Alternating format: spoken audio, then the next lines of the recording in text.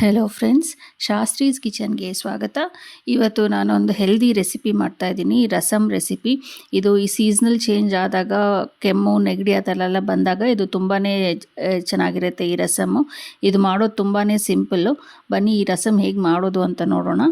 ಇದು ಮಾಡೋದಕ್ಕೆ ನಾನು ಒಂದು ದೊಡ್ಡ ಸ್ಪೂನಷ್ಟು ಕಾಳು ಮೆಣಸು ತೊಗೊಂಡಿದ್ದೀನಿ. ಅದೇ ಸ್ಪೂನಲ್ಲಿ ಅರ್ಧ ಸ್ಪೂನು ಜೀರಿಗೆ ತೊಗೊಂಡಿದ್ದೀನಿ. 2 ಹಣ್ಣಾಗಿರೋ ಟೊಮೊಟೊ ತೊಗೊಂಡಿದ್ದೀನಿ. ಮತ್ತು ಒಂದು ಚಿಕ್ಕ ನಿಂಬೆ ಹಣ್ಣಿನಷ್ಟು ಹುಣಸೆ ಹಣ್ಣು ನೀರಲ್ಲಿ ನೆನೆಸಿಟ್ಕೊಂಡಿದ್ದೀನಿ. ಮೊದಲಿಗೆ ಒಂದು ಚಿಕ್ಕ ಬಾಣಲಿಗೆ ಈ ಮೆಣಸನ್ನ ಚೆನ್ನಾಗಿ ಹುರ್ಕೋಬೇಕು. ಸ್ವಲ್ಪ ಅದು ಕಲರ್ ಚೇಂಜ್ ಆಗುತ್ತೆ, ಲೈಕ್ ಸ್ವಲ್ಪ ಗ್ಲಾಸಿಯಾಗಿ ಆಗುತ್ತೆ, ಅಲ್ಲಿ ತನಕ ಹುರ್ಕೋಬೇಕು. ಮತ್ತು ಜೀರಿಗೆನೂ ಅಷ್ಟೇ ಚೆನ್ನಾಗಿ ಗಮ್ಮಂತ ವಾಸನೆ ಬರೋ ತನಕ ಹುರ್ಕೋಬೇಕು. ಈ ಥರ ಹುರಿದಿಟ್ಕೊಂಡ್ಮೇಲೆ ಇದನ್ನು ಚೆನ್ನಾಗಿ ತರಿತರಿಯಾಗಿ ಪುಡಿ ಮಾಡ್ಕೋಬೇಕು. ಈಗ ಒಂದು ಬಾಣಲಿಗೆ 2 ಚಮಚ ಎಣ್ಣೆ ಹಾಕ್ಕೊಂಡು 1 ಚಮಚ ಸಾಸಿವೆ, ಸ್ವಲ್ಪ ಇಂಗು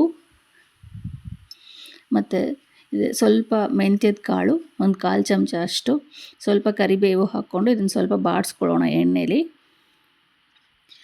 ಸಣ್ಣದಾಗಿ ಹೆಚ್ಚಿಟ್ಕೊಂಡಿರೋ ಟೊಮೊಟೊ 2 ಹಾಕ್ಕೊಂಡು ಇದನ್ನು ಸ್ವಲ್ಪ ಫ್ರೈ ಮಾಡ್ಕೊಳ್ಳೋಣ.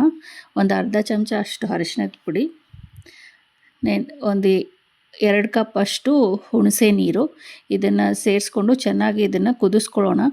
ಹಸಿ ವಾಸನೆ ಎಲ್ಲ ಚೆನ್ನಾಗಿ ಹೋಗಲಿ. ಈಗ ಸ್ವಲ್ಪ ಉಪ್ಪು ಹಾಕ್ಕೊಂಡು ಇದನ್ನು ಚೆನ್ನಾಗಿ ಮಿಕ್ಸ್ ಮಾಡ್ಕೊಳ್ಳೋಣ.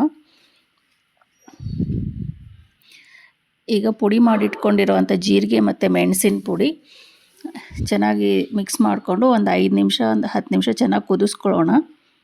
ಅದು ಹಸಿ ವಾಸನೆ ಎಲ್ಲ ಹೋಗಲಿ. ಈಗ ಸ್ವಲ್ಪ ಬೆಲ್ಲದ ಪುಡಿ ಹಾಕ್ತಾಯಿದ್ದೀನಿ, ಇದು ಆಪ್ಷನಲ್ಲು, ಇಷ್ಟ ಇಲ್ಲ ಅಂದರೆ ಬೇಡ. ಒಂದು ಚಿಕ್ಕ ಕಪ್ಪಷ್ಟು ಸಣ್ಣದಾಗಿ ಹೆಚ್ಚಿಟ್ಕೊಂಡಿರೋಂಥ ಕೊತ್ತಂಬರಿ ಸೊಪ್ಪು ಸೇರಿಸ್ಕೊಂಡು ಒಂದು 2 ನಿಮಿಷ ಇದನ್ನು ಚೆನ್ನಾಗಿ ಮಿಕ್ಸ್ ಮಾಡಿಕೊಂಡು ಮತ್ತು ಚೆನ್ನಾಗಿ ಕುದಿಸ್ಕೊಳ್ಳೋಣ. ಇದು ತುಂಬಾ ಸಿಂಪಲ್ ರೆಸಿಪಿ, ತುಂಬ ಟೇಸ್ಟಿ ಇರುತ್ತೆ, ಬಿಸಿ ಅನ್ನೋ ಜೊತೆ ತುಂಬಾ ಚೆನ್ನಾಗಿರುತ್ತೆ. ನೀವು ಟ್ರೈ ಮಾಡಿ. ನಿಮ್ಮ ಸಜೆಷನ್ಸ್ ಆ್ಯಂಡ್ ಕಮೆಂಟ್ಸ್ ನನಗೆ ಬರೀರಿ. Thank you.